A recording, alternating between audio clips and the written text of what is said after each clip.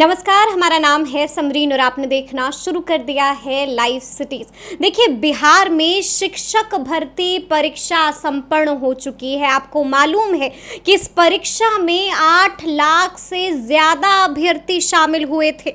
लेकिन आपको बता दें कि इस परीक्षा के बाद भी अब भी कई तरह के ऐसे सवाल हैं जिस पर अब भी सस्पेंस बना हुआ है। देखिए, सबसे बड़ा सवाल है कि आखिर बीएड वालों का क्या होगा। सबसे बड़ा सवाल है कि क्या बीएड डिग्री वाले कक्षा 1 से लेकर कक्षा 5 तक के शिक्षक बन सकते हैं या फिर नहीं। आपको बता दें कि इसी बीच सुप्रीम कोर्ट का एक और आदेश आया है। तो आज हम इसी मौजू पर चर्चा करेंगे और उस मौजू पर चर्चा करने के लिए हमारे साथ पटना हाई कोर्ट के जाने माने एडवोकेट देव प्रकाश जी हैं। सबसे पहले बहुत शुक्रिया जी। तो जैसा कि आप हमें बता रहे थे, कैमरे के पीछे आपने हमसे कई सारी बातें की। आपने बताया है कि सुप्रीम कोर्ट का एक बड़ा आदेश आया है। तो सबसे पहले तो हम आपसे जानना चाहेंगे कि आखिर वो आदेश क्या है। देखिए, बीएड और डीएड का मामला जो है हर एक राज्य में चल रहा है। चलने का कारण भी यही है कि एनसीटी का एक आदेश था कि बीएड वाले प्राथमिक शिक्षक में भी आवेदन कर सकते हैं। एनसीटी वो बॉडी है जो टीचर्स ट्रेनिंग कॉलेज की मान्यता देती है, गवर्नमेंट ऑफ इंडिया की बॉडी है, national council of teachers education. अब इस निर्णय के बाद गवर्नमेंट ऑफ राजस्थान ने एक निर्णय दिया कि नहीं, प्राथमिक शिक्षक में हम केवल डीएड वालों को लेंगे, बीएड वाले को नहीं लेंगे। इसके विरुद्ध में ये राजस्थान हाईकोर्ट में केस हुआ और राजस्थान हाईकोर्ट ने कहा कि राज्य सरकार अपनी शक्ति के अनुसार जो आर्टिकल 21 में जो शिक्षा का अधिकार दिया गया है उसमें यह लिखा गया है कि इस संदर्भ में हर एक राज्य कानून बनाएगी या डिसाइड करेगी या कोई जो निर्णय लेगी उसका वो मान्य होगा। उसमें राज्यों को शक्ति दी गई है राइट टू एजुकेशन में। जब शक्ति दी गई, उस शक्ति के अनुरूप उन्होंने अपना एक निर्णय दिया कि हम प्राथमिक शिक्षक में बीएड वालों को नहीं लेंगे। हाई कोर्ट ने उसको कंफर्म कर दिया। उसके विरुद्ध में सुप्रीम कोर्ट में लोग गए। सुप्रीम कोर्ट में बहुत सारे पार्टी हो गए, गवर्नमेंट ऑफ बिहार भी वहाँ पार्टी थी जी। और सुप्रीम कोर्ट ने, आपको पता है कि 11 अगस्त को यह निर्णय दे दिया इस आधार पर कि दोनों की जो पेडागोगी है, जो पढ़ाने के तौर तरीके हैं, आप देखते हैं बच्चों को जो पढ़ाया जाता है वो गाना उना गा करके, कुछ राग बता करके पढ़ाया जाता, नाच गा के पढ़ाया जाता है। जबकि हायर क्लास जो मैच्योर होते हैं उनको सिलेबस और कोर्स पढ़ाया जाता है। बच्चों को पढ़ाने का शैली अलग होता है और उनको थोड़ा सा साइकोलॉजिकल ज़्यादा पार्ट उसमें रहता है। तो उन्होंने कहा कि डीएड की पढ़ाई में साइकोलॉजिकल पार्ट पर जोर दिया गया है, जबकि बीएड में नहीं जोर दिया गया। जैसे बीएड में भी रहता है इस पार्ट को, लेकिन उन्होंने कहा कि नहीं है।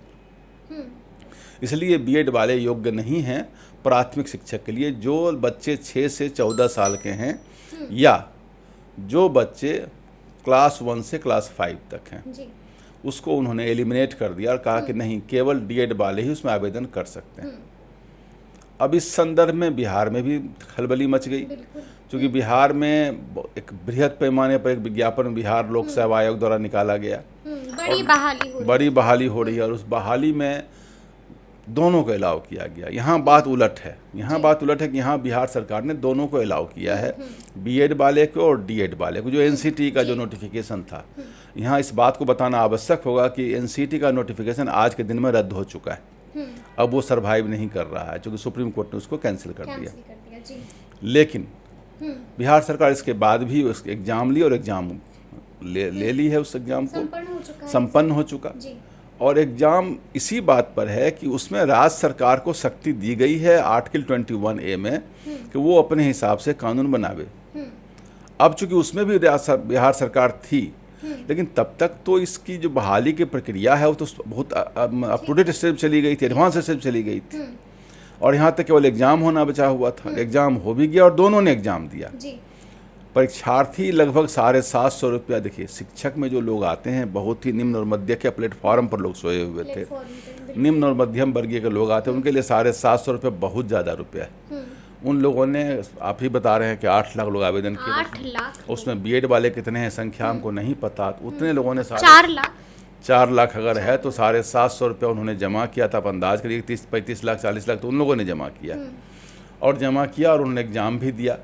तो बिहार सरकार ने कहा कि वो पर भी परीक्षा दें विथ ए कंडीशन कि अगर सुप्रीम कोर्ट का निर्णय उनके फेवर में नहीं आता है तो उनको फिर हम लोग एलिमिनेट कर देंगे, केवल डीएड वाले ही देंगे। अब एक आशा की किरण बन गई, क्योंकि छत्तीसगढ़ में भी राज्य सरकार ने इसी ढंग का डिसीजन लिया था। वो डिसीजन उन्होंने यह लिया कि जो बीएड वाले हैं वो दोनों में परीक्षा दे सकते हैं। उसके बाद जैसे ही ये 11 अगस्त को ये निर्णय आया सुप्रीम कोर्ट का, तो लोग चले गए छत्तीसगढ़ हाई कोर्ट, और छत्तीसगढ़ हाई कोर्ट ने पूरी प्रक्रिया को स्टे लगा दिया। ठीक है। कि इस प्रक्रिया को आगे आप नहीं बढ़ा सकते हैं। इसलिए नहीं बढ़ा सकते हैं कि सुप्रीम कोर्ट का डिसीजन आ गया। उस अंतरिम स्थगन के विरुद्ध लोग चले गए सुप्रीम कोर्ट। ठीक है। सुप्रीम कोर्ट में justice as Bopanna, justice Prashant Kumar Mishra ने कहा कि इंटरिम स्टे लगा है उस बहाली की प्रक्रिया पर जो एडवांस स्टेज में थी, बहाली प्रक्रिया शुरू हो चुकी थी। तो अभी इस पर इंटरिम स्टे लगाना जायज नहीं है, जस्टिफाइड नहीं है, रीजनेबल नहीं लगता है, क्योंकि राज्य सरकार ने नियम बना के किया है। तो सुप्रीम कोर्ट ने जो इंटरिम स्टे का जो निर्णय है उसको उसने निरस्त कर दिया। निरस्त कर दिया, कहा कि नहीं, अभी प्रक्रिया जारी रखने दीजिए। अच्छा। और साथ में कहा कि प्रक्रिया जारी रहेगी। हाँ। अब हाईकोर्ट इस पूरे रीट को डिसाइड करे, और रीट डिसाइड करने का जो फलाफल होगा, जो निर्णय होगा, वो निर्णय इन पर लागू होगा। अच्छा। जो अभी आवेदन जिनकी प्रक्रिया अभी चल रही है। तो ये तो बड़ी राहत है। लेकिन एक आशा की किरण तो आ गई इसमें कि जिनको इंटरिम स्टे मिल गया सुप्रीम कोर्ट के आदेश पर, उसमें उन्होंने एक ऑब्जर्वेशन डाला है कि आवेदन की प्रक्रिया इस निर्णय के पहले ही शुरू हो गई थी। सिमिलर घटना बिहार के साथ है। यहाँ भी आवेदन की प्रक्रिया चल रही थी, उसको रोका नहीं गया, चलता रहा। और मैंने आपका कितने लोगों ने आवेदन किया और एग्जामिनेशन भी दिया। तो एकदम सिमिलर फुटिंग पर केस है। और सिमिलर फुटिंग जब इंटरिम स्टे को वेकेट कर दिया सुप्रीम कोर्ट ने, अभी बाकी चल रहा, तो यह भी देखा जाएगा ना कि जो आर्टिकल 21 जो शक्ति दी गई है इनको बनाने का, तो वो शक्ति इनके पास है। उस शक्ति के अंतर्गत जो प्रदत्त शक्ति है उसके अनुसार ही इन्होंने कानून बनाया है। तो उसके अनुसार जब बनाया है तो सुप्रीम कोर्ट हो सकता है रिव्यू कर दे, चूंकि कोई ऐसा हार्ड एंड फास्ट नहीं कि बीएड आज तक तो बीएड वाले दे ही रहे थे। एनसीटी का पहले नोटिफिकेशन था जिसको कैंसिल किया गया 11 अगस्त को, लेकिन उसके पहले तो वैलिड था। रेट्रोस्पेक्टिव इफेक्ट से तो लागू हुआ नहीं है कानून। कानून जब से बनता है और निर्णय उसके बाद से लागू होता है। तो ऐसी स्थिति में जो एकदम अंधकार था कि बीएड वाले रो रहे थे, कई एक लोगों ने मुझको भी कॉल किया था, तो अब थोड़ी आशा की किरण बनी है। आशा की किरण मतलब उस अंधकार में एक दीप जल गया है। एक चिंगारी सी आई है। चिंगारी सी आई है। ठीक है, ठीक है। हम अब आपसे ये भी जानना चाहेंगे कि स्पष्ट एक जवाब हम आपसे जानना चाहेंगे कि क्या अब बीएड डिग्री वाले कक्षा 1 से लेकर 5 तक के शिक्षक बन सकते हैं या नहीं बन सकते? क्या वो अब राहत की सांस ले ले वकील साहब? ये तो हमसे अब वो सवाल कर रहे हैं जो कोर्ट को डिसाइड करना है। जी। सरकार अब सुप्रीम, आपका भी तजुर्बा है, आपको क्या लगता है? हमने यही कहा कि एक आशा की किरण जरूर फूटी है इसमें। जी।